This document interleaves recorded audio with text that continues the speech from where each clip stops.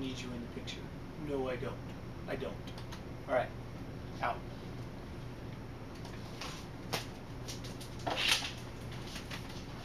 All right, welcome.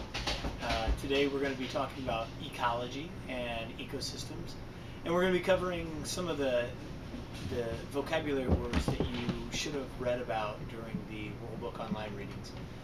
So hopefully from this video you're going to be able to take from it exactly what is an ecosystem, what are the things that we use with it, and how does the energy flow through the ecosystem.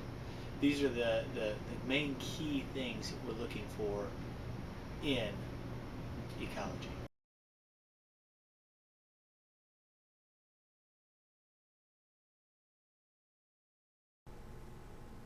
So what is an ecosystem? An ecosystem is defined as a community and its abiotic parts. Now, when we take a look at this, we need to break the two into two separate things. So let's look at the first part, community. So what is a community? The community is its biotic parts. Now, I know in science we like to use big words a lot of the times, and really want to break down some of these words so we exactly know what they mean. And this year you're going to see a lot of the times that there's Greek, Roman, and many Latin prefixes and suffixes that make up science words that you are going to be learning this year. Biotic is one of these words. So if we take a look at the word, we know that biotic means living. Now, how do we know that? Because the word bio in Greek and Latin means living. So tic is meaning things. So biotic means living things. So we know to say that biotic means living. And again, what are some things that are alive? I mean, you can name as many as you want. Anything that is alive, and a single organism, multi-cell organism that has living qualities, those are the things that are alive, as we see in some of the images here today. Now, abiotic, you've got to look at the prefix before biotic, the letter A. The letter A represents none or non in the Greek and Latin terminology. So when we put the word A in front of other words, it means non or none.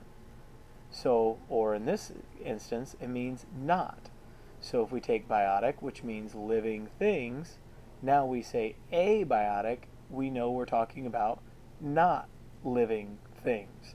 And again, here we have images of things that are not alive, things that we know that they do not breathe, they do not take in air. So sun, the sunlight, the rock, the soil, these are all things that are not alive.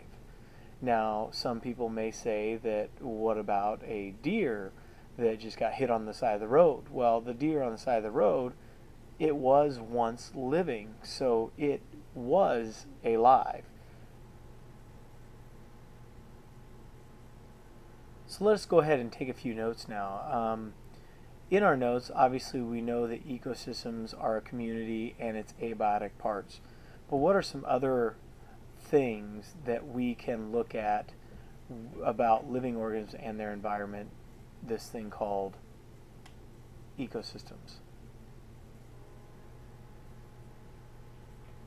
So let's go ahead and clarify a few things when we talk about some definitions. So again, let's jot these notes down so we have them. Let's start with the word habitat. What is a habitat? A habitat is a place where organisms obtain food, H2O, shelter, and all other things needed to live, grow, and reproduce. Again, if you're watching this video for the first time, you may go ahead and pause the video right now and then go ahead and type these things in on your Google Doc at the same time. That way you have these notes available to you at any time. And again, take your time going through this. What are abiotic factors? Again, when we take a look at this, we know that A means non, biotic means living. So now we're talking about the non-living parts of an ecosystem. And again, what are the non-living parts of an ecosystem? That's the air, the humidity, the temperature, the climate. These are all things that are abiotic factors.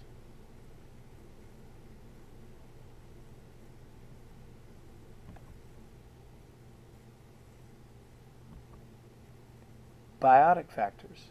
And again, bio meaning life, living factors, living things that are factors. They're the living parts of an ecosystem. And again, examples of those are people, animals, and plants.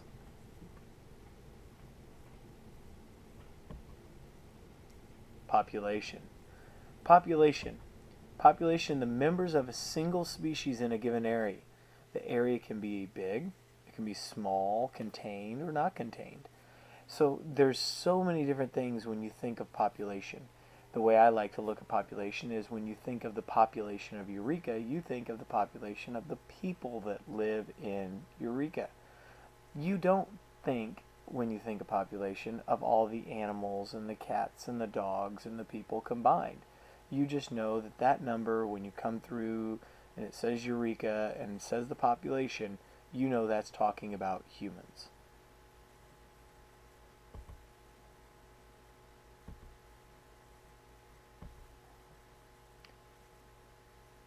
Now what about community?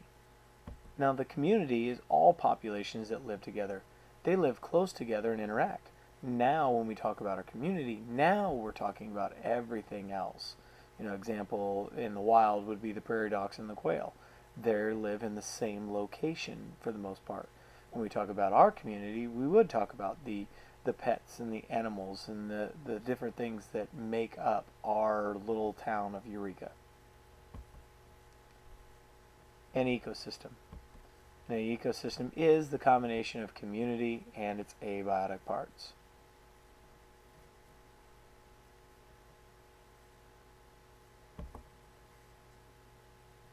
Ecology. Ecology is the study of how living things interact with each other in their environment.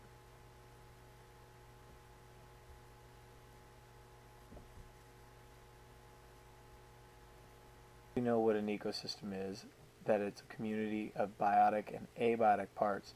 And we've taken some notes on some really important key words throughout this entire unit.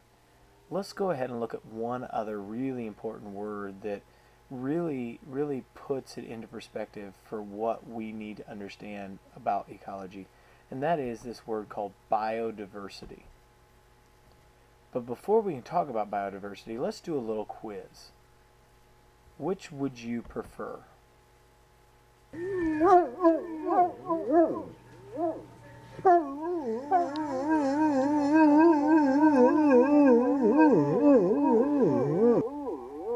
A single dog singing while he's taking a nap, or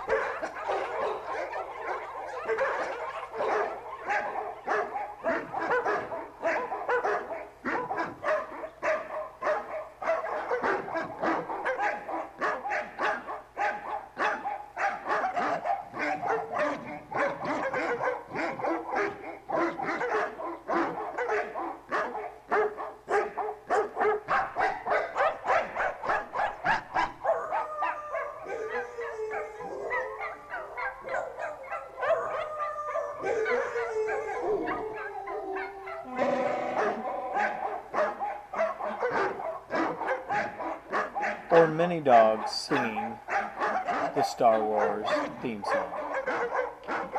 I know what I would choose. Never bet against Chewie.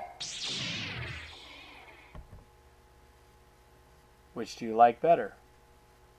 Do you like the single candle flame or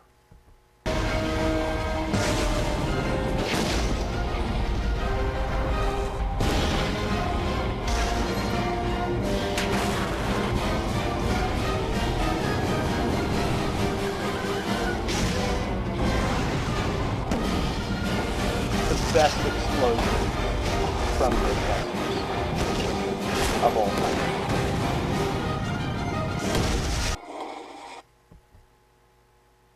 So, from watching those two and doing a quick little quiz on your own, which I think I know what everybody chose, what do you think biodiversity means? Bio, we already have declared that bio means life. So, what is this word called diversity? Well, diversity means variety. Just like we saw in all the different clips, when you have more of something and have different variety, that's what gives you the diversity. So now we have this thing called biodiversity, which means living variety. Biodiversity is a variety of life on Earth. Scientists have identified more than 2 million species. Tens of millions still remain unknown. That is truly biodiversity. The tremendous variety of life on Earth is made possible by complex interactions among living things, including microscopic species like algae and mites, leading us all the way to the many different things on Earth that we don't even truly understand. How one thing in another example would be the sea anemone and the clownfish, how their interaction with one another allows them to live together. So what do we get from biodiversity? We get oxygen, food, clean water, medicine, aesthetics, meaning it makes things look good. Because, I mean, obviously, if you go to a rainforest and there was only one type of tree, it would look just like any forest that we would have here in the United States. Obviously, there are many different types of trees, but there are some redwood trees that really, those forests, there's one type of tree in it. But it also gives us this aesthetics, and people use this in their daily lives as well by planting different types of bushes and flowers all around to make their yard look a little bit more pleasing to the eye. And of course, it gives us ideas. Here's some things we know about diversity that we need to be concerned about. Now, the Earth is losing species at an alarming rate. Some scientists estimate that as many as 3 species per hour are going extinct, and 20,000 extinctions occur each year. Now, some of these species are species that we have never even found yet. It's one of those things that some people and scientists are trying to research as much as they can. A lot of it comes from the ocean as well, where we've only really tapped into close to 2 to 3% of the ocean. So when these species of plants and animals go extinct, many other species are affected. And we're going to learn about that this unit as we find how does everything interact, and especially when we start talking about the food chains and the food webs and how the energy and the flow goes through all these different levels. What are some threats to biodiversity? Well, everybody knows about habitat destruction. Deforestation, where countries are knocking down parts of the rainforest for their own country to have grazing ground for their cattle or roads or whatever it may be. But we know that habitat destruction occurs on a regular basis.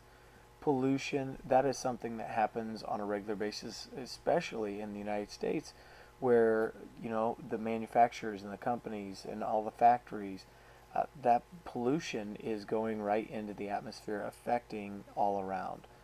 Species introduction. In our trip recently to Jamaica, one of the key things they really make sure is, are you bringing something that's from another country, and are you sure you don't have something that is from native to their land that you're trying to bring back into the country? Species introduction sometimes can spell the end to others. So you got to be really careful of bringing species into different climates and different biomes and different uh, areas. Obviously, global climate change and exploitation.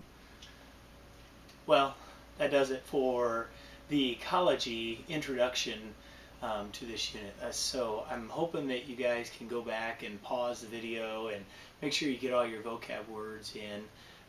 Remember, the stuff that we put on lectures are probably just a little bit more um, to be seen on the tests, so you may want to make sure you get those down, even though you do have them on a Quizlet and you have them on Worldbook Online. It's always best to take your own notes. So that's it for today. So, want to say goodbye, Jack? Say goodbye.